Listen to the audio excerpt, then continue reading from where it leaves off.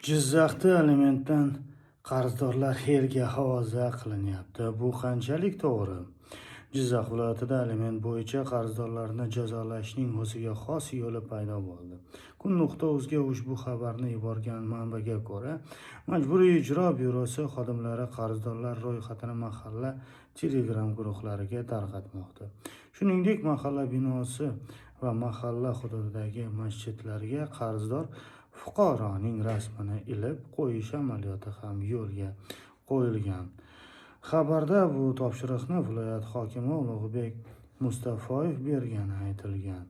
Kun.uz suhbatlashgan huquqshunos masalaning nozik jihati borligiga urg'u berdi.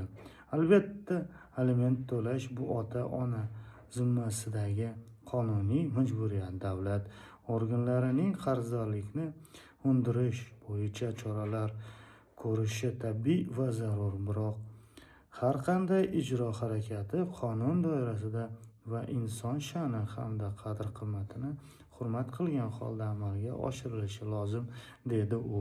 Kun.uz